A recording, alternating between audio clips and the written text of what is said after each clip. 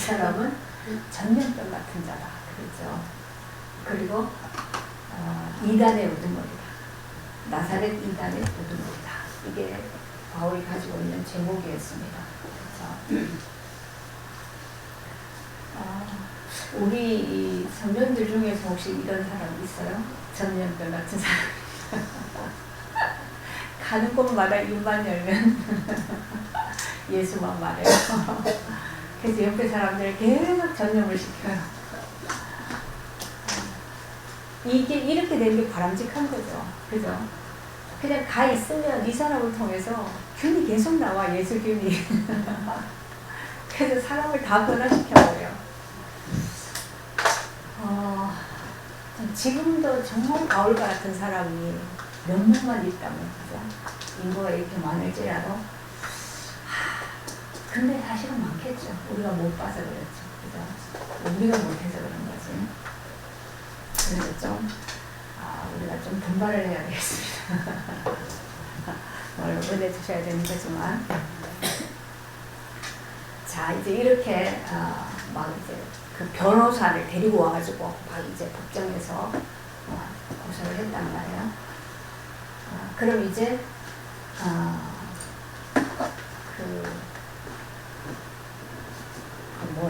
이 검사가 이제 한 거죠. 뭐라 그래야 돼요? 법정에 서서. 그러면 이제 거기에 대해서 답변을, 이제 변호사가 나와야 되는 거죠. 바울이 이제 자기가 자기를 변호하는 거예요. 그죠? 천국 앞에서 변호를 하는데, 우리 시작하기 전에 배경을 한번 좀 봅시다. 등장인물들은 재밌습니다. 이 벨릭스라는 사람이 총독이잖아요. 근데 이 사람의 출신이 글라우디오 황제의 노예 출신이에요. 노예였던 사람이 지금 총독이 될까지 좀 올라갔단 말이에요. 이게 입지전적인 인물이죠. 그렇게 신분을 막 그냥 이렇게 하고 올라갈 수 있다면 이 사람이 어떤 캐릭터일까요? 우리 지금 막 보고 있는 사람이 있는데요. 엄청나게 탐심이 큰 사람이죠. 이 사람 뭐 탐심의 화신이라고 해요. 아주 욕심이 많고, 그리고 그만큼의 그걸 막 올라가려면 불법을 그냥 막 해야 되는 거죠. 그래서 막 자기한테 비위에 거슬리면 암살자를 보내가지고 막 처리하고 이럴 정도로 굉장히 악명 높은 사람이 벨릭스입니다. 근데 지금 바울이 그러한 벨릭스 앞에 가서 지금 재판을 받는단 말이에요. 이게 세상에 사는 우리의 모습. 우리는 늘 세상하고 맞춰가지고 내가 뭐 잘했니 못했니 그런 수준으로 살면 내가 고달파요. 그런데 죄 없는 자가 죄투성이 있는 자 앞에 가가지고 재판을 받아도 되는, 이게 우리가 세상에 살고 있는 하나님의 사람입니다. 이럴 때 이제 어떻게 했느냐, 그걸 우리는 배워야 되는 거예요. 근데 이 벨릭스의 아내가 나오잖아요. 지금 부인이 뭐 이름 뭐예요? 드루실라. 이 드루실라라는 여인이 보니까 유대 여자라고 얘기하잖아요. 그죠? 그러니까 이게 누구냐면 헤롯 왕의 후손이에요. 헤롯의 손자의 딸이라고 그래요. 그러니까 이제 헤롯 가문의 여자인데, 이 여자가 좀 예쁘게 생겼나 봐요. 항상 그러죠. 근데 이 여자가 조그만한 나라에 이제 왕한테 시집을 갔어요. 아주 조그만한 나라에. 근데 벨릭스가 보고 이제 마음에 들어서 꼬셔가지고 데리고 온 거예요. 그러니까 남의 아내를 뺏은 거죠. 사실은 뭐 설득을 했다고 그러는데 뺏은 거죠. 그렇게 해서 이제 결혼을 한 거예요. 벨릭스의 세 번째 여자, 세 번째 아내, 이게 드루실라. 그러니 뭐 안 봐도 보이죠. 그죠? 이 사람이 어떤 캐릭터인가. 그러니까 이제 자기 마음에 들면 뭐든지 다 가져야 되고, 자기 마음에 안 들면 막 죽여도 되고, 이런 사람이란 근데 그 사람 앞에 이제 바울이 가서 재판. 근데 여기 가가지고 그걸 가지고 뭐 네 죄나 알렸다 이러면 이게 안 되잖아요. 그 바울이 뭐라고 얘기합니까?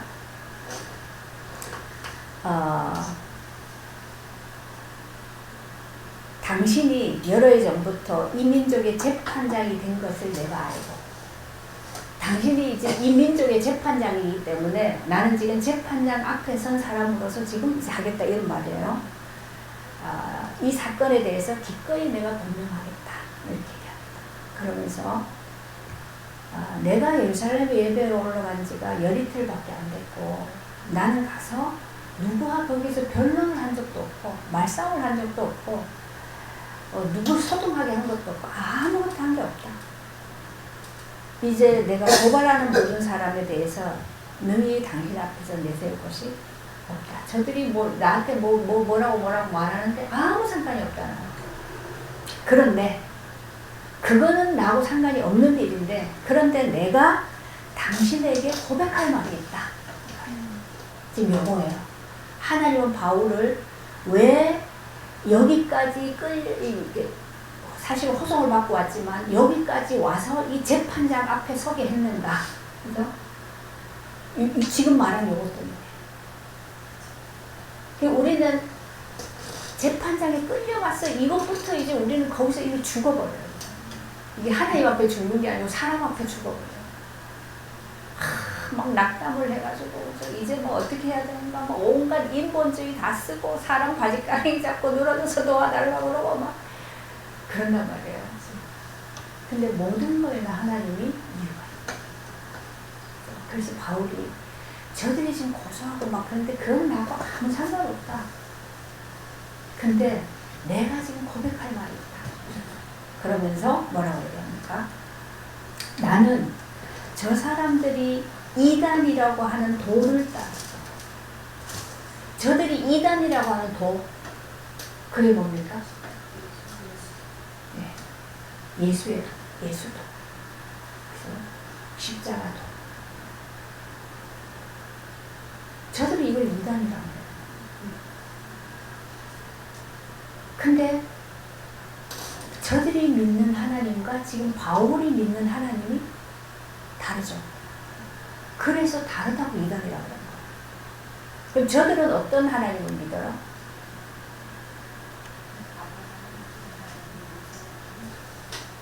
네. 다 자기 조상들은 믿는데 저들의 하나님은 예수의 하나님이 아니에요. 예수를 보내신 하나님이 아니에요. 그죠? 율법의 하나님, 종교의 하나님, 교리적으로 믿는 하나님, 이 하나님이란 말이에요. 근데 그러한 배경에서 봤을 때 지금 예수를 따르는 이 바울은 이단이에요. 다른 말을 하니까. 자기네들이 말하는 교리하고 다른 말을 하니까 이단이라는 거죠. 그래서 계속 우리가 지금 얘기하는 게 뭡니까? 예수의 도는, 이 십자가의 도는 교리가 아니다. 교리적으로 정리는 할 수 있지만 그 교리가 실제는 아니에요. 그렇죠? 실제는 뭡니까? 이게 생명이란 말이에요. 그래서 바울이 믿는, 나는 예수의 도를 믿는다. 쟤들이 말은 이단이라고 말하는데 나는 예수의 도를 믿는데, 예수의 길을 믿는데, 이 예수가 길이 된, 그죠? 예수가 도가 된, 이게 뭐예요? 이게 진짜 하나님이다. 이게 참 하나님이라는 거예요. 그러면서 이게 내가 이단의, 저들이 말하는 이단의 도를 따라서 뭘 한다 그래요? 조상의 하나님을 섬겨요. 조상의 하나님을 섬겨요. 이들이 말하는 조상은 어떤 조상이에요? 아브라함, 이삭, 야곱의 하나님. 그 얘기했잖아. 계속 성경에서 얘기하죠. 아브라함, 이삭, 야곱의 하나님이다. 근데 이 유대인들도 아브라함, 이삭, 야곱을 자기네 조상으로 믿죠. 그들의 하나님을 믿죠. 근데 바울이 아브라함, 이삭, 야곱의 하나님을 믿는 거하고 이들이 아브라함, 이삭, 야곱의 하나님 믿는 하나님이 다르기 때문에 지금 싸우는 거란 말이죠. 그게 달라서 바울을 죽이려고까지 한단 말이에요. 그럼 바울이 말하는 아브라함, 이삭, 야곱은 뭐가 다른가? 이들은 지금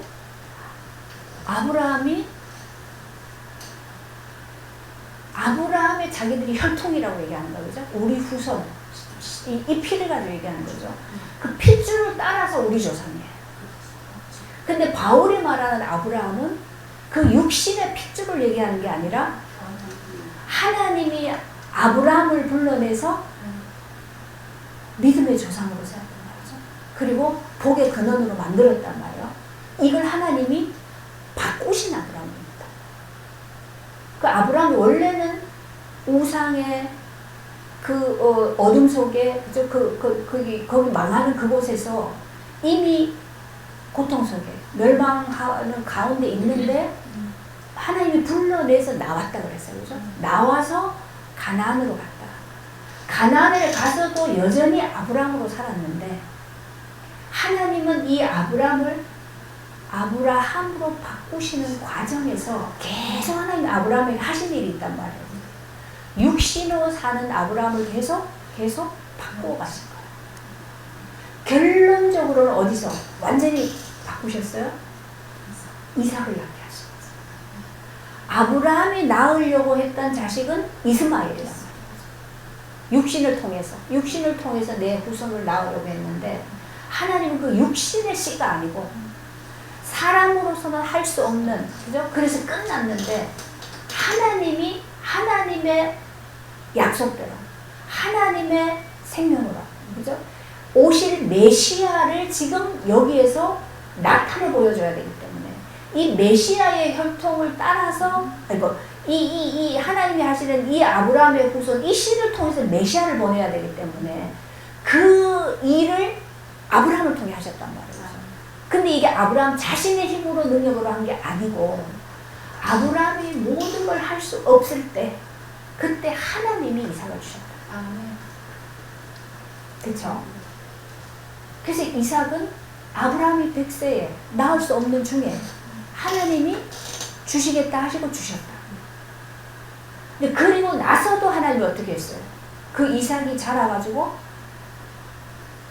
너무 좋아가지고 안고 살 때 네 아들 독생자 네가 사랑하는 그 아들을 내게 번제로 드려라. 그랬을 때 아브라함에게 뭐가 있었다고요?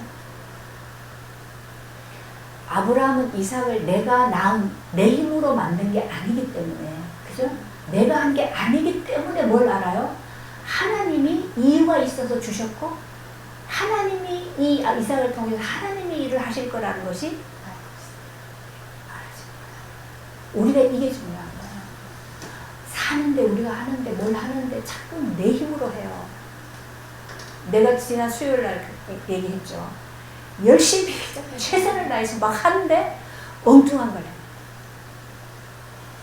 그럼 만약 그게 잘 됐으면은 나는 이제 계속 어떻게 할까요? 끝날 때까지 열심히 최선. 그럼 여러분에게도 열심히 최선을 해서 이렇게 얘기하겠죠. 그죠? 내가 하는 것이 아닌, 하나님 우리에게 내 힘으로가 아닌 하나님의 은혜로 되어지는, 하나님이 내 인생 속에 하시는 것을 봐야 우리가 그 믿음이 생긴단 말이에요. 그죠? 우리 그 믿음으로 사라져야 되는 건데 자꾸 내 걸로 하려고 하니까 이게 안 맞는 거란 말이에요. 바리새인들은 뭐로 살아요? 자기 노력으로, 자기 열심으로 최선을 다해서 자기 능력으로 계속 해 나가니까, 그러니까 계속 뭐라 그래요? 그걸 계속 강요한단 말이에요. 율법을 지켜라. 뭐까지 지켜요? 좁쌀 하나까지도 10개 하나씩 덜어내가지고 11조를 하고 이렇게 지켜라는 거죠. 근데 하나님이 보실 때 그게 아니다. 그게 악한 거예요. 우리의 근원은 하나. 그래서 우리의 돈은 뭐예요? 우리가 믿는 예수의 돈은 내 주인이 하나님이다. 그죠? 하나님이 나를 만드셨고 하나님이 나를 통해서 하나님 일을 하실 거고, 그죠? 그러고 나서 하나님이 나를 데려가십니다. 어디로? 영원한 곳으로. 근데 바울이 믿는 아브라함은 그 하나님을 믿는 거야. 하나님이 바꾸신 아브라함. 그 믿음 안에 있는 아브라함은 뭘 믿었어요? 이삭을 재 속에서도 하나님 다시 살리실 거다. 왜냐하면 그 씨를 통해서 하나님은 대적의 문을 얻겠다 하시고, 그 씨를 통해서 하나님이 메시아를 보내실 것을, 이걸 하나님이 약속하셨기 때문에 그건 믿은 거란 말이에요. 그 믿음 안에 있는 아브라함, 그 아브라함으로 그렇게 바꾸신 그 하나님, 나는 그 하나님을 믿는다는 거죠. 여러분은 어떤 하나님? 그죠? 이게 다르죠. 그 다음에 이삭은 어렸을 때 거의 청년은 됐다고 그러지만 한 열 몇 살 됐겠죠. 근데 이삭은 그때 죽었어요, 사실은. 그죠? 이미 번제단에 올려져서 순간에 이제 칼이 왔으면 죽는 거죠. 그 순간에 살았어요. 살았는데 내가 안 죽어도 되도록 나 대신에 죽은 게 있어요. 그죠? 그게 순양이었다. 이거는 이삭의 그냥 뼛속 깊이 담겨진 하나님의 약속, 은혜, 그죠? 사랑의 바다. 이게 이삭이다. 그래서 이삭은 육신으로 만들어진 이삭이 아니고 하나님의 언약 안에서 하나님의 뜻과 하나님의 이 계획 속에서 하나님이 만들어낸 이삭이고, 그죠? 그 이삭은 바로 뭘 얘기하는 거예요? 어린 양, 그리스도를 예표하는. 그 이삭이 하나님을 믿는다는 거죠. 바울은. 야곱은 어떤 사람이었어요? 이들은, 바리새인들은 12지파를 만들어낸 그 야곱만 생각하는 거예요. 근데 12지파를 야곱 만들었나요? 야곱은 그렇게 할 수 있는 인간이 못 돼요. 이 야곱은 어떤 사람이라고 했습니까? 야곱은 내가 좋아하는 것만 좋아하는 사람. 그죠? 그래서 딱 갔는데 라헬이 딱 눈에 들어왔어요. 그죠? 그 야곱은 라헬이 죽고 나서도 라헬밖에 몰라. 다른 여자들은 눈에 없어요. 그럼 12지파 못 만들어, 12아들 못 만들어야 돼. 그죠? 근데 하나님이 이 야곱이 속였던 속였던 걸로 인해서 속임을 당하는데 라반에게, 그걸로 인해서 뭐요? 사실은 아내가 넷이가 됐고 그 네 아내를 통해서 12명 아들을 낳게 하고 그 12지파를 만들었잖아요. 근데 이 야곱이 끝까지 야곱으로 살았나요? 하나님이 이 야곱을 이스라엘로 바꿨단 말이에요. 야곱을 이스라엘로 바꾸신 그 하나님을 믿는다는 얘기예요, 바울은. 그래서 우리는 어떤 하나님을 믿느냐? 자매님, 하나님 내 문제 해결해주는 하나님만 믿으면 안 돼. 그걸 찾으려고 그러면 그거는 저기 뭐 무당 찾아가도 되고 절에 가도 되고 전부 그거 하는 거예요. 우리는 그거 찾으고 다니는 게 아니고 뭐요? 우리 인생의 근본을, 그죠? 영생을 주신 참 우리를 만드신 창조주 하나님의 그 안에 있는 생명의 복을 누려야 돼요. 그거를 찾아가는 거죠. 바울은 그 하나님입니다. 그래서 바울이 벨릭스 앞에서 이거 내가 고백하겠다고 한 말은 그냥 말이 아니죠. 근데 저들이 이단이라고 하는 그 도를 따라서 나는 우리 조상의 하나님을 믿는다. 그리고 뭐요? 율법과 선지자의 글에 기록된 것을 다 믿는다. 율법과 선지자의 글에 기록된 모든 내용이 다 뭡니까? 이게 전부 다가 그리스도를 말하는 거예요. 그래서 나는 그 그리스도 예수를 믿는다는 거예요. 근데 이 유대인들은 선지자와 그 율법에 기록되어 있는 그 기록들이, 그죠? 그 글을 다 뭐로 봐요, 이들은? 지켜야 되는 하나님의 법으로만 본다는 거예요. 그죠? 그들 전통으로만 본다는 거예요. 그러니까 이들은 지켜내야 되는 거고, 바울은 뭐요? 그 하나님이 그 모든 걸 통해서 얘기하시는 그 그리스도를 내가 믿는다는 얘기죠. 전부 다 그리스도니까. 이제 우리가 좀 그렇게 보여지죠.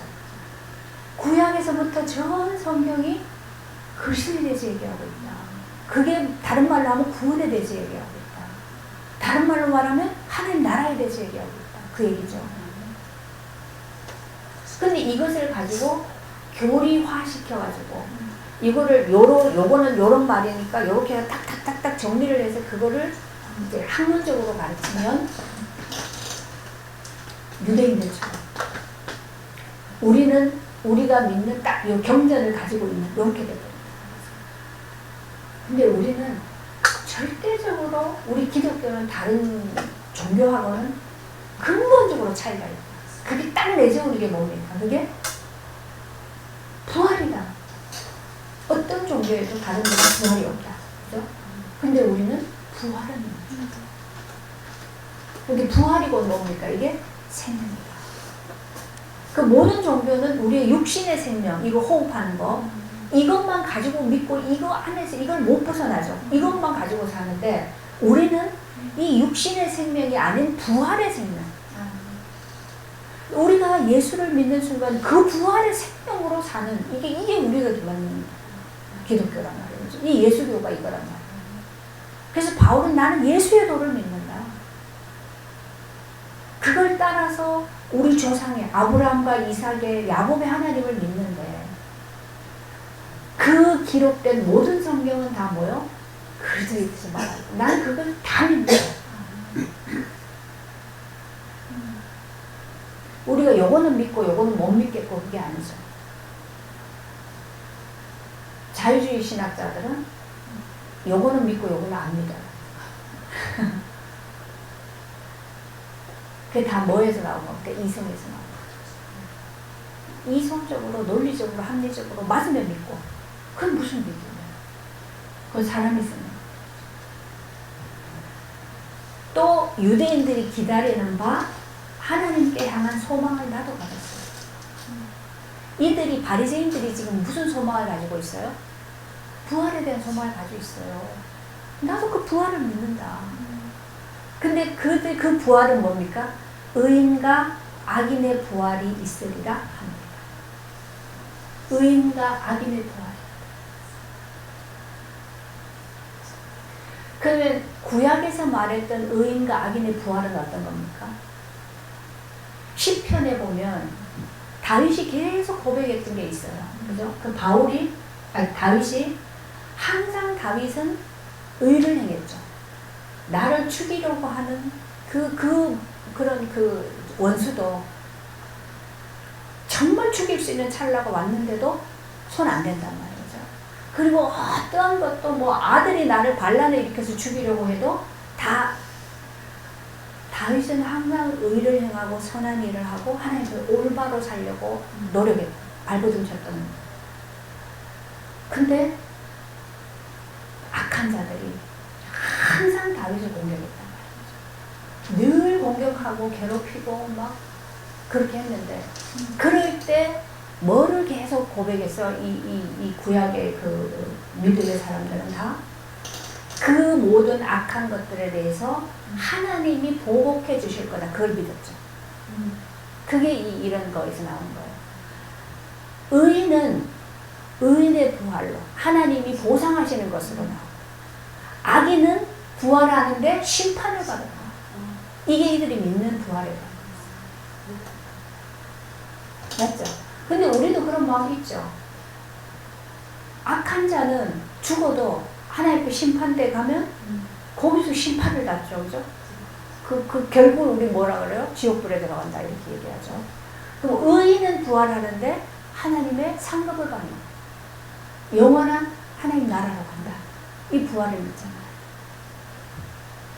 그리고 또 이들이 믿었던 거는 예수님이 보니까 악한 거, 다른 사람에게 피해가 되는 거, 그러한 거 어떠한 것도 이 전만큼도 한 게 없어요.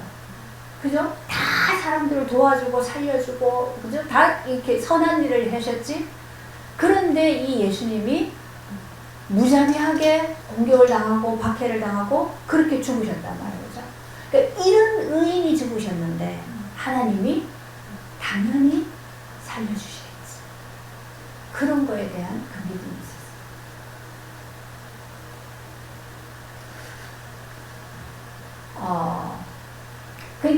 가지고 있는 부활에 대한 의인과 악인의 부활을 얘기할 때는 우리가 지금 말하는 그리스도로 인한 그 부활이 아니고 이들이 말하는 부활은 악인과 의인이라고 나눠서 그 율법을 지키고 안 지키고 하나님 앞에 악인과 의인 이런 걸로 이제 생각을 하는 거죠. 근데 이것이 신약에 와서는 이 부활이라는 것이 조금 더 깊어지고 조금 더 달라졌죠. 그죠? 지금은 뭐요? 이게 하나님 나라가 이미 임했다 얘기하잖아요. 그리고 바울은 내가 죽음에 연합된 것만큼 부활에도 참여되진다. 부활에도 연합되진다. 그리고 이 나라를 하나님 나라에 침노해 간다라고 하죠. 하나님 나라를 침노해 가는 그것은 어떤 생명입니까? 이거 부활의 생명이란 말이에요. 그래서 이거는 우리에게 계속 점진적으로 더 나은 부활, 바울이 말한 그 부활이란 말이에요. 그래서 바울이 지금 이 벨릭스 총독 앞에서 내가 고백한다라고 얘기하는 이 부분들이 이거는 사실 벨릭스 총독도 들어야 되는 거지만 거기에 고소하고 있는 유대인들에게, 그죠? 그들에게 얘기하는 선포죠. 그죠? 내가 너희들이 말하는 것처럼 이상한 것을 믿는 게 전혀 아니다. 나는 성경을 그대로 믿고, 근데 그대로 믿는 그 성경이 진짜 이게 뭐냐? 이게 진짜 그리스도를 말하는 거다. 그걸 얘기하는 거죠. 그리고 그 부활이, 너희들이 부활을 믿는데 바리새인은 부활을 믿어요. 근데 너희들이 믿는 그 부활이 어디서 나왔어요? 예수가 부활하시는 것 속에서 나왔잖냐. 그럼 예수의 그 부활이 첫 열매고 우리는 다 그 다음 부활이라고 얘기했다. 일단 부활을 믿는다는 거예요. 그럼 지금 악인과 의인의 부활에 대해서 얘기한다는 거는 슬쩍 돌려서 지금 누굴 얘기하는 거예요? 벨릭스에 갔다가 쫙 화살을 쏘는 거죠. 너 이 악한 놈은. 그렇게 직접적으로 말하면 안 되죠. 근데 이 복음을 증거하면서 사실은 뭐예요? 벨릭스에게도 지금 빛을 비춥니다. 근데 너무 이 악에 침잠돼 있으면 이런 말들이 안 들려요. 두렵기는 해도, 듣고 나서 이러기는 해도 사실 피하죠. 일단 그자도 피하라. 이게 사람, 이게 어둠의 이게 이 역사란 말이죠. 그러면서 또 얘기해요. 이것으로 말미암아 나도 하나님과 사람에 대해서 항상 양심의 거리낌이 없기를 했습니다. 앞에서도 양심을 얘기하고 여기서도 양심을 얘기한단 말이에요. 이걸 왜 얘기하는가? 양심에 대해서. 바울도 지금 바울을 죽이려고 하는 이 바리새인들처럼, 이 유대인들처럼 자기의 그 구약의 하나님, 율법의 하나님을 막 쫓아다니, 그걸 믿고 막 할 때는 그 교리적으로 믿을 때는 어떻게 했어요? 이 교리가 완전한 것이기 때문에 이것이 아닌 다른 것을 말하는 자는 당연히 죽여도 된다라는 것이 바울이 가지고 있었던 그 세계란 말이죠. 그거란 말이에요. 근데 바울이 이제 영적인 눈을 떠서 보니까 그것이 뭐예요? 그것이 종교라는 것이 사람을 그렇게 만들더라. 이 말이죠. 근데 예수의 돈은, 니들이 이단이라고 하는 이 예수의 돈은, 이 돈은 뭐예요? 긍휼이다. 그죠? 하나님이 긍휼을 베푸셔서 죄인을 구원하시는 거다. 이런 말이죠. 죄인을 갖다가 죽이는 게 아니고, 율법대로 하면 다 죽어야 되죠. 근데 그 율법은 바로 뭘 얘기하느냐? 사실은 긍휼을 가지고 구원하시는 예수를 얘기하는 거다. 그런 거죠. 그래서 예수를 알고 나니까 내가 이제는 뭐가 돌아왔어요? 양심이 돌아왔다. 나는 양심이 교리에 막 잡혀있을 때는 양심이라는 게 없어요. 이상해요. 그죠? 저번에 우리 얘기했던 것처럼 카톨릭에서 이 개혁이 나오니까, 그 개혁, 이게 기독교가 나오니까 그들을 막 죽였단 말이에요. 그럼 이 개신교 중에서도 그 또 이단이 나왔다 그러면 뭐요? 그냥 막 인격 말살하고 막 죽여요. 사실 거기에 뭐가 없어요? 하나님은 하나님의 뜻에 따라서 하실 거란 말이에요. 그죠? 심판하시고 구원하시고 하나님이 하실 거란 말이죠. 옳고 그름은 판단은 우리가 할 수 있는 게 아니란 말이에요. 근데 막 사람 막 죽여요.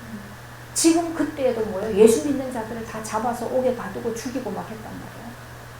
그러니까 이렇게 할 수 있는 이게 보니까 종교라는 것이 사람을 그렇게 만들더라.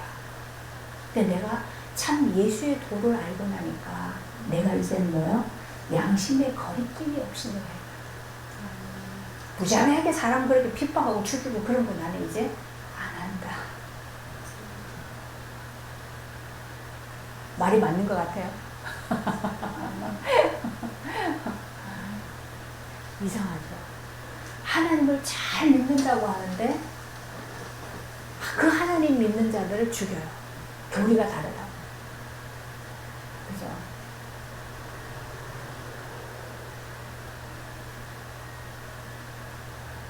그래서 이게 종교라는 것으로 치우쳐가면 이거는 굉장히 이 사람이 이상해져요. 또 교리로 가면 교리는 이제 이게 사실은 사상적으로 되는 거죠. 그죠?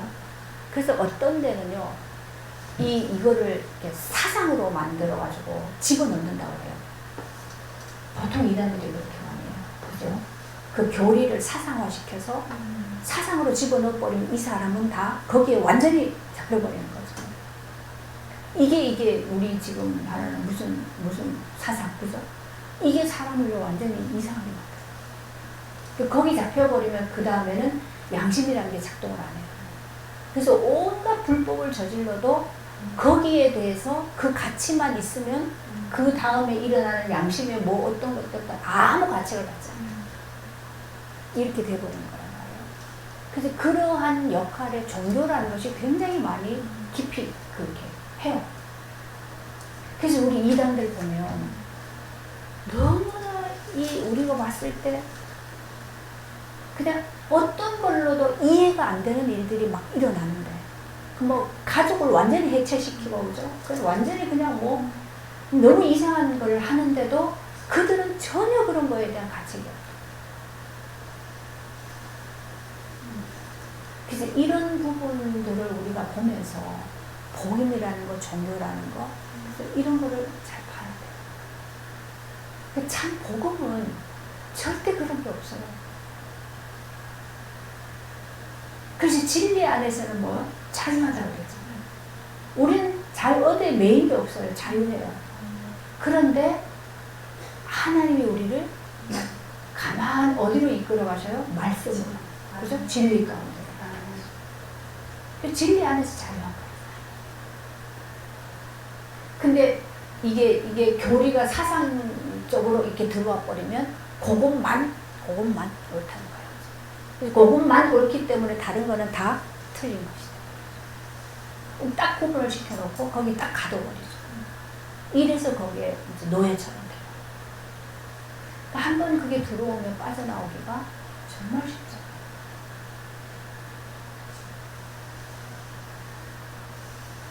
우리가 복음을 생명으로, 복음으로 이렇게 깨달아간다는 거는, 정말 이거는 뭐 표현할 수 없는 복이다. 정말 하는 겁니다. 제가 그 정신분석 하는 데서 기말 과제가 뭐냐면, 정신분석 이론이 있잖아요. 굉장히 많아요. 이거에 따라서 내 인생을 이거에 따라서 분석을 하는 거예요. 나를 분석을 하는 거예요. 이게 쉬운 게 아니에요, 보니까. 뭐 어떤 그 학자에 따라서 이게 다 이렇게 이제 나를 분석해야 되는 건데, 이거 이제 생각을 계속 하다 보니까 내가 다 잊어버려요. 근데 이제 이게 시작을 지금 하는데 내가 가만히 나를 보면서 야, 내가 이 이론에 따라서 내 인생을 쭉 봤을 때 나는 정말 하나님이 없었으면 지금 이상한 사람이 돼 있을 거다. 정말 그런 걸 많이 느껴. 지금 막 이상한 그런 사람들 너무 많이 있잖아요. 그죠? 그럼 뭐 이게 정신병자까지는 아닌데도 보통 평범하게 살지 못하는 그런 것들을 많이 보는데 그럴 수 있는 많은 여건들이 있었어요. 나를 보니까 출생에서부터. 근데 그러한 모든 그런 그 여건들이 다 있음에도 불구하고 복음을 안다라는 게 이 모든 것들을 다 그냥 끝내버려요. 오히려 이런 것들 때문에 더 하나님 형상을 얻어가게 하시는 이게 과정이 되다 보니까 얼마나 감사하죠. 그래서 다른 어떤 것보다도 우리가 이 그리스도를 계속 십자가를 통해서 이걸 깨달아간다는 것은 그 모든 것들을 다 이것들을 다 넘겨주고 하나님의 형상으로 바뀌어져가는 하나님의 형상을 얻어가는 이 과정이 이거는 뭐 그래서 이걸 다른 뭐하고 비교를 할 수가 없어요. 근데 공부를 하면 더 느껴요 지금. 근데 그런 것들을 이제 다 그걸 치유하기 위해서 그런 사람들이 정상적인 삶을 못 살거든요. 그러니까 뭐 이제 아기였을 때 엄마의 사랑이 결핍됐다. 관심이 결핍됐다. 그죠? 그럴 때 뭐 어떤 것이 뭐가 있었다. 뭐 이런 것들이 전부 이 아이를 이 무의식 속에 그게 다 들어가요. 그래서 이 무의식이 없어지는 게 아니고 크면서 그런 비슷한 환경들만 와도 이것이 계속 이 사람을 잡아버려요. 그래가지고 자꾸 이상한 쪽으로 끌고 이게 점점 더 심해지고 그러면 이게 삶이 안 되거든요. 근데 그런 사람들이 이제 그걸 끄집어내서 정상화 시켜가는 게 이게 상담에 치유하는 방법이잖아요. 근데 그렇게 하더라도 똑같은 아담이란 말이에요. 그러니까 삶은 좀 살게 도와줄 수는 있어도 어차피 아담이란 말이에요. 근데 하나님이 하시는 치유는 뭐예요? 이게 아담을 그리스도로 바꾸고 가는 거예요. 그리스도라고 말하면 또 뭐라 그럴 수 있어요? 이게 하나님의 형상. 그리스도를 닮는 사람. 이제 근본을 바꿔가는 거죠. 이게 사실적으로 우리가 실제의 복음을 깨달아가는 것만큼 계속 우리한테 지금 일어나지 않아요. 그래서 우리는 이거에 대해서 바울처럼 전념균이 가득 터뜨려야 되는 거예요. 근데 이거는 실제로 증거가 있어야만 나올 수 있는 거예요. 그래서 이 은혜를 바라는 거예요. 참 많이 느껴요. 그걸 제가 그랬잖아요. 내가 태어났을 때 이건 뭐 나 전혀 상관이 없잖아. 근데 만약에 그런 일이 이게 지금 이 이론대로 하면은 어마어마한 트라우마가 돼서 내 안에 막 나를 확 잡았어야 돼요. 근데 나는 너무 멀쩡하잖아. 이런 거에서 환경은 그럴지라도 하나님은 하나님의 구원의 일을 우리가 모를지라도 하나님이 이루어오고 계시다. 그건 우리 은혜라고 하잖아. 그 은혜가 계속 내 은혜로 발견이 되어지는 것만큼 이거는 점점 나를 더 새롭게 해나갔다. 그렇죠? 내가 나를 바꾸려고 하는 건 불가능한 건데 그런데 은혜가 생명이 우리 안에서 시작이 되면 계속 우리를 변화시켜 간다. 그러면 이게 우리가 자꾸 잡히고 묶이고 그래야 되는데 눌리고 해야 되는데 그렇지가 않단 말이에요. 이건 생명이라고. 생명이 우리를 자유케 한다. 그래서 바울이 이제 얘기합니다. 더 들어서 그죠? 20절 봅시다. 뭐 그들이 나한테 반대할 사건이 있었으면 니한테 와서 고발했을 거다. 그렇지 않으면 이 사람들이 내가 공의 앞에 섰을 때 무슨 옳지 않은 것을 보았는지 말하라고 하세요. 그러면 오직 내가 그들 가운데 서서 외치기를 내가 죽은 자의 부활에 대하여 오늘 너희 앞에 신문을 받는다고 한 이 한 소리만 있을 따름이다. 나는 지금 뭐 때문에 부활이라는 거 이거 얘기한 것 때문에 내가 지금 신문을 당하는 거다. 벨릭스가 이 도에 관한 것을 더 자세히 아는 거로 이 도에 대해서 많이 들었죠, 그죠? 많이 들었죠. 계속 유대인과 이거 사이에 이제 많이 시끄러웠었으니까. 근데 지금 이거를 벨릭스한테 이렇게 잘 알도록 해준 사람이 누구였을까요? 와이프였겠죠, 그죠? 드루실라가. 어쨌든 유대 혈통이니까 다 알죠, 유대인에 대해서. 이 헤롯이 어떤 이게 핏줄이 헤롯이 어떤 핏줄이었습니까? 에서의 속이에요. 에돔족 속이에요. 에서의 핏줄이란 말이에요. 그러니까 야곱의 핏줄이 아니죠. 그러니까 정통 유대인하고는 이게 다르죠. 그러니까 그런 거에 대한 콤플렉스가 있어요. 어쨌든 그런데 이거는 잘 알 거 아니에요. 그렇죠? 그러니까 그걸 벨릭스에게 다 얘기를 해줬겠죠. 자세히 아는 거로 연기하여 이르되 천부장 무시하고 오거든 이걸 처결하라 해라. 그리고 보세요. 너희가 이제 백부장에게 명해서 바울을 지키되 이제 가두란 말이에요. 가둬서 지키되 자유를 주고 그 친구들이 그를 돌보아 주는 것을 금하지 말라. 그럼 이제 장소도 줬어요. 그죠? 그리고 거기에 자유로워요. 그 친구들도 얼마든지 와서 얘기를 다 나눠도 돼요. 그럼 이거는 바울에게 뭐요? 네. 정부에서 보호해서 다 먹을 것 주고 잘 것 주고 다 주고 거기 사람들 불러다가 거기에서 복음 전해라 이런 말이죠. 그게 바울이 가르친 거였어요. 근데 그 뒤에 보세요. 수일 후에 벨릭스가 그 아내를 데리고 와서 바울을 불러 그리스도 예수 믿는 도를 듣는데 바울이 뭐라 그래요? 의와 절제와 심판에 대해서 강론을 했어요. 이게 다 뭐예요? 벨릭스가 걸려 있는 거죠. 의. 얘는 악만 행하는 사람이죠. 그 다음에 절제를 해야 되는데 너는 탐심으로 지금 모든 걸 다 지금 다 그죠? 하고 있죠. 그거에 대해서 너는 심판을 받을 거야. 이거 강론하는 거야. 벨릭스가 두려워서 대답하되 지금은 가라. 지금은 가라. 내가 틈이 있으면 너를 부를게. 이게 말을 듣는데 이게 너무 부담이 되고 너무 두려우니까 더 못 듣겠는 거죠. 그래서 쓰다. 내가 더는 못 듣겠다. 다음에 내가 틈이 있으면 부를게. 이런 거죠. 그리고 그 다음 보세요. 동시에 또 바울에게서 돈을 받을까 바라는 거로 더 자주 불러 같이 이야기하더라.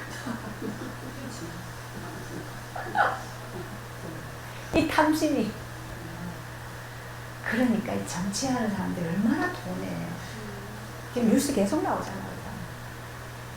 이 사람들은 돈에 아니 명예를 그만큼 가졌으면 되지 뭘 그렇게 욕심을 내나 그러는데 안 그런가 봐요. 그죠?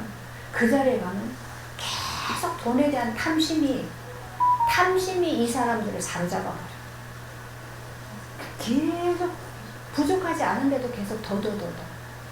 이게 종이라고 하는 거예요. 네, 이게 노예란 말이죠. 돈의 노예가 돼버리는 거예요. 이 벨릭스도 지금 그런 거예요. 모든 걸 다 받았잖아. 그런데 이거 죄도 없는 사람 붙잡아다 가둬놓고 거기서 또 돈 좀 더 받아 먹으려.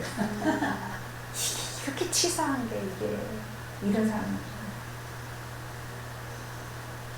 돈을 더 받을까 바라는 거 더 자주 불러서. 이 사람은 뭐야? 돈 좀 받아내려고 더 자주 부르는데 바울은 더 자주 가서 복음을 전하는 거야. 근데 기록에 보면 이 벨릭스가 복을 못 들어요. 자주 가서 했는데도 못 들어요. 이미 완전히 양심이 화인 맞은 자라. 근데 이제 이 유대인들이 이 사람이 너무 악행을 많이 저지르니까 황제한테 그 진정서를 올려요. 네, 그래가지고 이 사람이 이제 그 유배를 가요. 그 다 이제 잘리고 유배를 가는데도 좀 뒷배가 있으니까 그 폼페이죠? 그 막 화산 터졌던데 거기로 폼페이주스인가 거기로 이제 거기가 그 돈 많은 사람의 휴양지예요.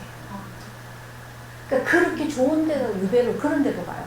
거기 갔는데 그때에 어마어마한 이 화산이 폭발돼가지고 그때 죽었어요. 네. 가족이 다 아들까지. 그러니까 뭐요? 죄가 드러나가지고 그걸로 인해서 그 뭐라 그러죠? 징계를 받는데도 좋은 데로 간다고 갔다가 거기서 완전히 불에 타서 죽는 거죠.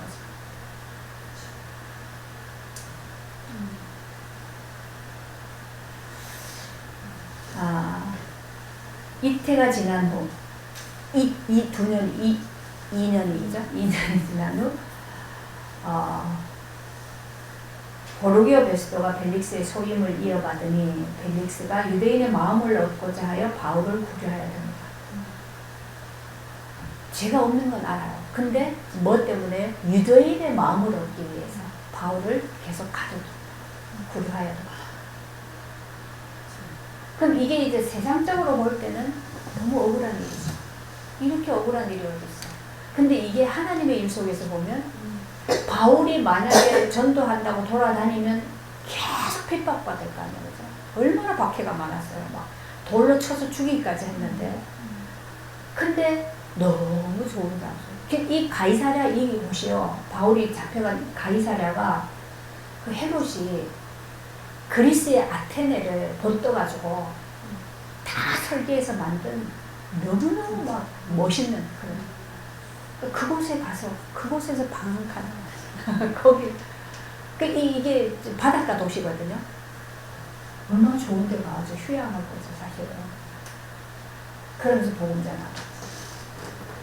그래서 이게 우리 인생은 세상에서 보는 것과 하나님 편에서 보는 걸로 나눠서 보면 완전 달라요. 세상적으로 보면은 왜 저렇게 사나 이러는데 하나님 편에서 보면 우리는 와 이렇게 좋을 수가 없어요. 왜요? 모든 걸 통해서 뭘 하니까 계속 하나님을 더 깊이 알아가고 하나님과 더 이게 소통이 되고 그죠? 그런 그 하나님 형상을 계속 얻어가니까 이 마음 안에 우리가 계속 뭐요? 자유함이 오죠. 그죠? 기쁨이 있죠. 평안함이 있죠. 이거를 맛보는데 근데 세상 사람들이 볼 때는 감옥에 갇혀있는 것이다. 그래서 바울이 나중에 고백하는 게 뭐예요? 내가 갇혀있든지 나가있든지 아무 그게 다른 게 없다. 가난하고 있어도 부자로 있어도 그게 아무 다른 게 없다. 그걸 얘기했단 말이에요. 그런 세계가 있다 보니까 감옥이라 그러는데도 이건 감옥이 아니고 그래서 사람들이 그 얘기를 해요. 감옥이 바울을 가둔 게 아니라 바울이 감옥을 가뒀다. 이렇게 했어요. 맞는 말인지 모르겠는데 그만큼 자유했다는 얘기죠. 갇혀 있었지만 갇혀 있은 게 아니었다. 이게 지금 성경이 우리에게 지금 말하려고 하는 것이 이제 뭔지 아시겠죠, 그죠? 네.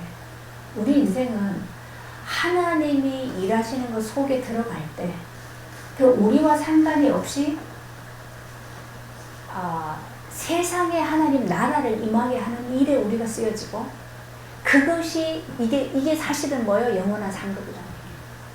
그럼 이 땅에 있는 동안에도 하나님 나라를 누리고, 하나님을 누리고, 그것이 영원한 상급으로 그 나라에 부활에 이르렀을 때 그렇게 하나님과 함께 하는 거다.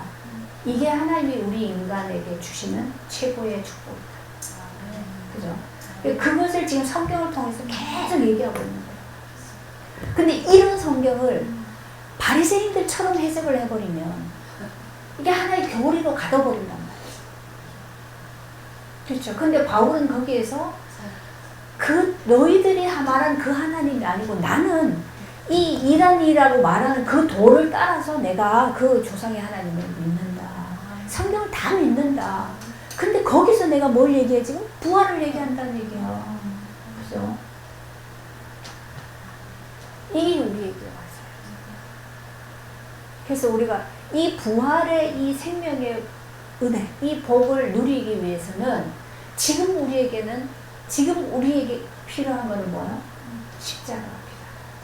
왜냐하면 내가 주인이 돼서 내 기준대로, 내 뜻대로, 내가 원하는 대로 사는 이걸 가지고는 하나님 안으로 갈 수가 없어요. 이 세계는. 이거는 거룩이 아니기 때문에 하나님과 함께 할 수가 없어요. 그래서 이것을 가지고 내가 하나님 앞에서 나를 부인할 때, 그래서 자기를 부인하는 거예요. 이거는. 자기를 부인하고 제 십자가를 지고, 그럴 때 우리 안에 하나님의 나라가, 그죠? 하나님.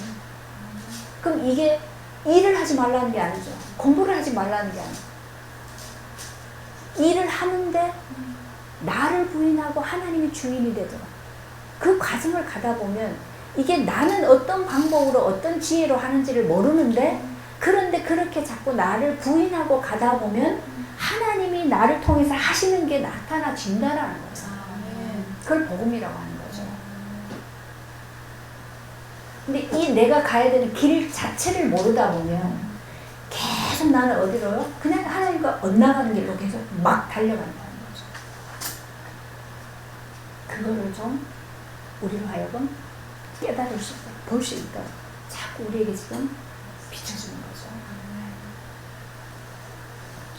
그래서 바울을 통해서 하나님 우리에게 정말 너무나 이 깊은, 아까 우리 전전에 기도할 때 자꾸 복음의 깊이를 증거하게 해주세요 이러는데, 그래 나는 모든 깊이가 뭐 무슨 깊이를 얘기해.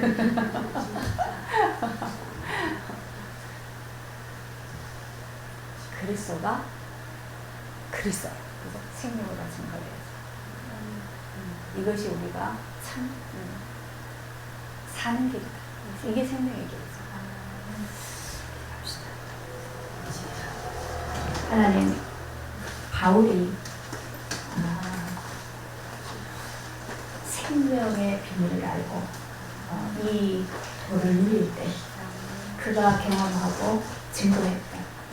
이 복음이 우리에게도 삶의 실제로 경험되고 나타나게 하셔서 참 이 세상 가운데 하나님 나라를 증거하는 복된 믿음의 사람이 되도록 은혜를 주옵소서.